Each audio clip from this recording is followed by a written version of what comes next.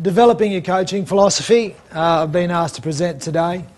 A few years back when I was in a similar seminar to this, doing my level 2, I think it was at Narrabeen actually, someone come and spoke to me about coaching philosophy. I'd never thought about it before. I was already a coach. I was already a head coach in Queensland Cup.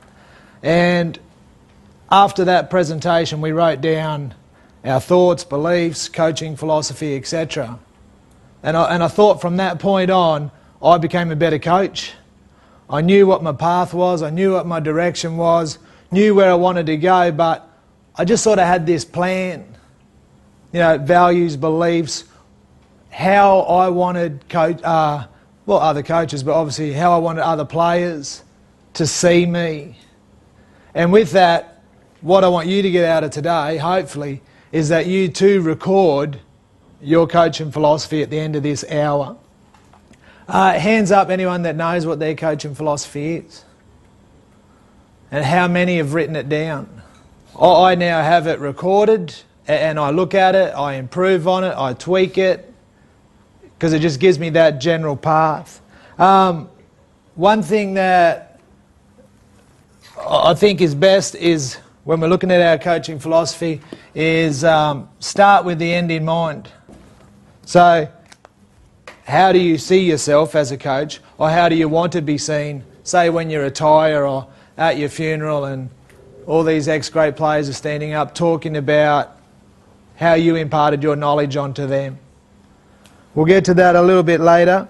Does anyone know what a coaching philosophy is? The principles, fundamentals of coaching. Exactly right. And I think the point I'm trying to get across to everyone is, how do other people see you as a coach? You know, your philosophy can guide you on a path, one, to being a better coach, and obviously getting better results.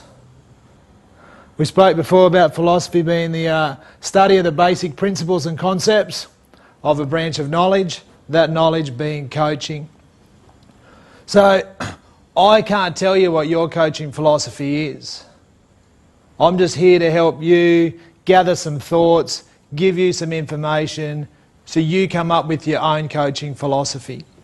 In order for us to do that, we're going to have some participation, obviously from yourselves. I've been on that side of the room as well, and I never spoke up a day in my life. There's no way I want to put myself out there, but today, unfortunately, you're going to have to. So the basic principles of coaching are what? Ethics, good, which incorporate values. What are we trying to do as a coach? Teach. Improve them, that's right. The basic principles are going to be how you teach skills, how you improve that person as a footballer, how you improve that person as a man. You might be coaching, anyone here coach rep sides, mats, ball? You're coaching kids. You know, you're not coaching men. You're coaching kids, 15, 16, 17-year-old kids. I'm a parent. I tell you, you speak to one of my kids like that, you get your ass kicked. My missus kicks my ass when I speak to my kids like that. So, how you communicate, how you teach is going to be very important to the level that you're at. A couple of ones I threw down myself.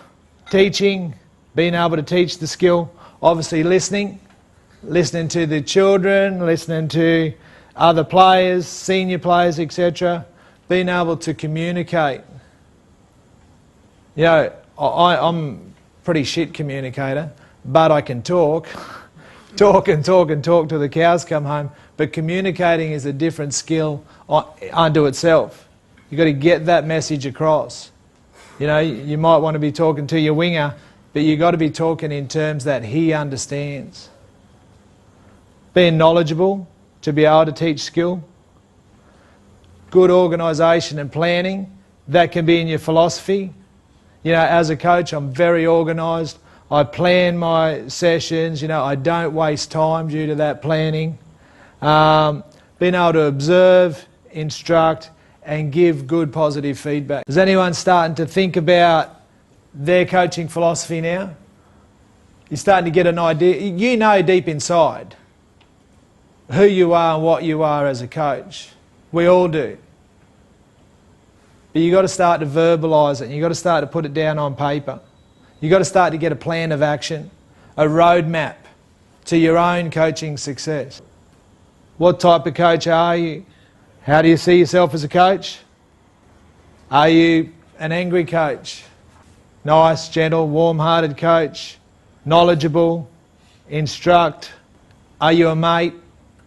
A dad, parent, role model? What's your role within the team? Are you the one that provides inspiration? Are you the one given the 1 inch, every inch talk before every game? Is that you? Are you a motivational coach? There's a reason why, you know, Al Pacino in that movie, there's a reason why I didn't show that one. Because it never happens. That's like a once-in-a-lifetime half-time speech. I think a lot of us get confused and think we have to motivate our players every week. Get them pumped up, get them jumping around, full of emotion.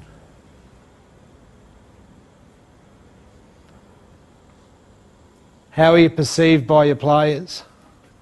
What would your players say about you? Good bloke, but whoo-wee, geez, he can yell. You know, or shit bloke, but geez, he's smart.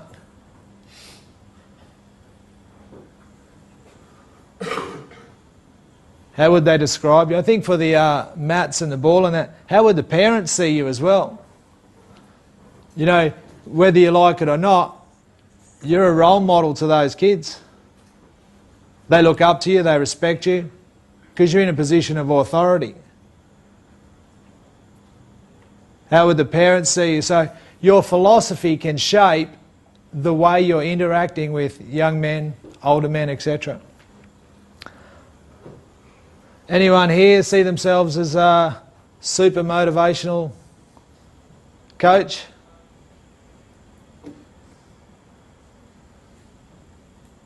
I think when we watch movies, videos, that's the perception that what coaches are. And I think when you're down in the trenches, you know that's just not true. All right, some considerations that we've spoken about before. What level or age group do you coach? Yeah, if you're coaching mats at under 15s, your philosophy has to dictate that you're actually a development coach. You're developing the skills for that player that are required to take them through the grades, especially in an NRL club. Everyone wants to see their players come through the ranks, 15s, 17s, 19s, 20s, up and up and up, all the way through to NRL. That would be a successful development organisation. But what's that initial coach, what's he need to provide to get that young man through the system? Develop his skill? Do you have to develop him as a person? Do you have to teach him values, skills that are going to make him a better rugby league player? Leadership skills, skills of work ethic, how to train, how to ask questions, how to listen. All these things can be worked into your coaching philosophy.